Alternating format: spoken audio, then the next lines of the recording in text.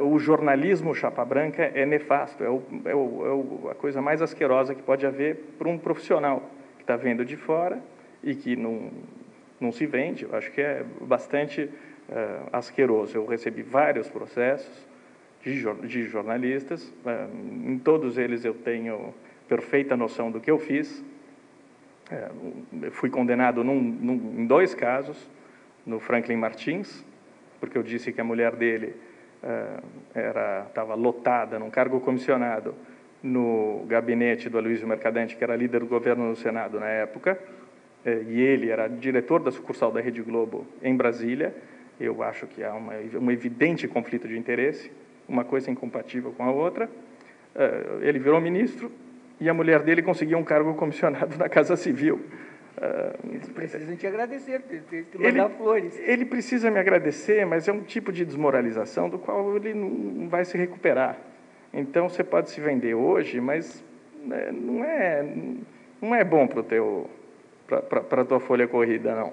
Eu acho que fica marcado uma pessoa que faz esse tipo de coisa. Eu acho que romper com esse corporativismo na imprensa foi uma das coisas que eu fiz na minha coluna, por não ter grandes amizades. Eu não trabalho em redação, trabalho em casa. Não sou jornalista, sou um cronista. Então, eu tinha um tipo de liberdade que outros não teriam. Era a liberdade de poder falar as coisas sem ter muito a perder. Agora, normalmente, os bons jornalistas sabem que processos são troféus de guerra. Ter processos, na maior parte das vezes, significa que o sujeito deu a cara a bater e se expôs. Tem jornalista que se orgulha de dizer: eu nunca tomei um processo, eu nunca fui censurado. Mas é porque também não se expôs, adivinhou direitinho o que podia dizer, não disse nada além daquilo. Eu não tenho processos, até já implorei que me processassem, mas ninguém quer me processar. Eu peço de vez em quando: por favor, me processem, mas os caras não querem me processar.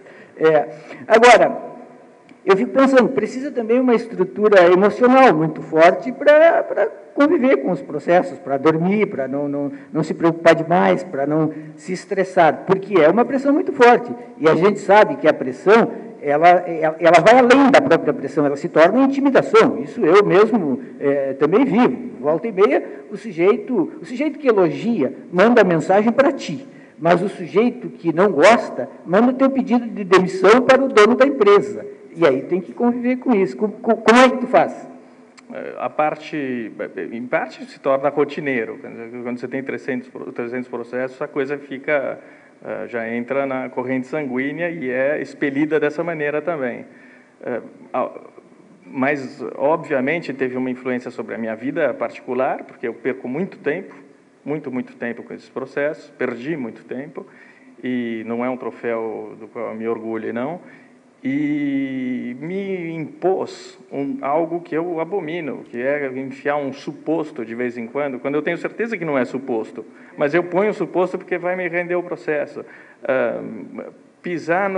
Ou tirar o pé do acelerador na piada, porque a piada pode me render um processo, e eu posso perder por causa da piada, porque eu sei que nos dados que eu estou citando nos meus artigos, eu não vou perder. Mas na piada excessiva ou debochada demais, eu me ferro. Então, eu acabo virando... Quando eu tive a oportunidade de conversar com Daniel Dantas algumas vezes, eu acabei virando um Daniel Dantas, porque você mede palavras. Você aprende esse juridiquês horrível que contamina a imprensa, em que você pode falar a mesma coisa, atenuando com eufemismos jurídicos, e isso passa. E falar abertamente as coisas, não passa. Por isso você é processado e tem que pagar um processo. É uma coisa empobrecedora. É uma pena que a nossa legislação puna esse tipo de coisa. A opinião debochada, a ironia. Mas vocês tomem cuidado. Você perde por causa disso. Em meio a tudo isso, tu tens combatido, vamos dizer assim, em várias frentes. Uma frente mais conhecida, mais evidente, é essa frente de ataque a todos os escândalos, à corrupção, a tudo isso que tem acontecido com o governo. Mas existem outras frentes também, por exemplo, a própria frente jornalística. Tu tens criticado muito determinados jornalistas, tu citaste isso aqui agora. Tu podias fazer assim para nós um balanço em qual é a tua visão do funcionamento da mídia no Brasil? A mídia, eu acompanhei muito o que aconteceu neste governo. Acho que nos primeiros 2 anos de governo houve uma identificação da mídia com o governo absoluta, da população também. Então, eu era amplamente minoritário no começo, quando eu debochava do governo. A minha visão não mudou de lá para cá. Eu sempre tratei o Lula como um aspirante a coronel. Eu sempre disse que ele era igual ao José Sarney, a Renan Calheiros. Essa sempre foi a minha visão. Eu nunca o levei a sério do ponto de vista ideológico. Nunca fiz uma crítica ideológica a ele. Sempre disse que ele era isso aí, um aspirante a coronel nordestino. E isso se revelou muito claramente depois. Mas no começo não era uma opinião corrente e a imprensa torcia por ele. As redações, 100% das redações estavam do lado do governo, queriam que funcionasse, achavam que iria funcionar e achavam, e isso é o pior, porque eles podem achar que tem que funcionar e isso tudo bem, mas eles achavam que podiam dar uma contribuição para que funcionasse, e contribuição com o silêncio. Isso é deletério para o jornalismo. Acho que quando você... o Mensalão é uma história que corria em Brasília, e ninguém ia a fundo, ninguém ia investigar.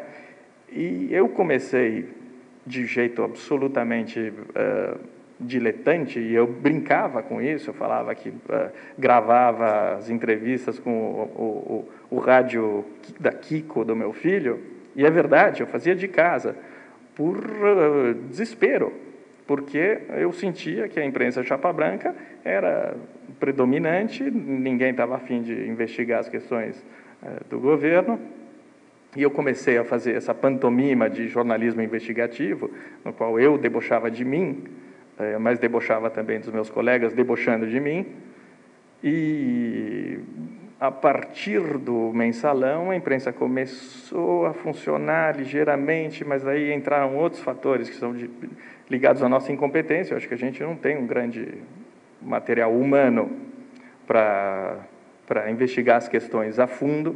As redações são muito jovens, tem muita gente despreparada. A juventude é um atributo positivo, porque não tem essa velharada que está no jornalismo há 40 anos, vendida, abominável. É bom que saia da nossa vida, mas a molecada não está preparada e não tem condições de enfrentar uma investigação a fundo.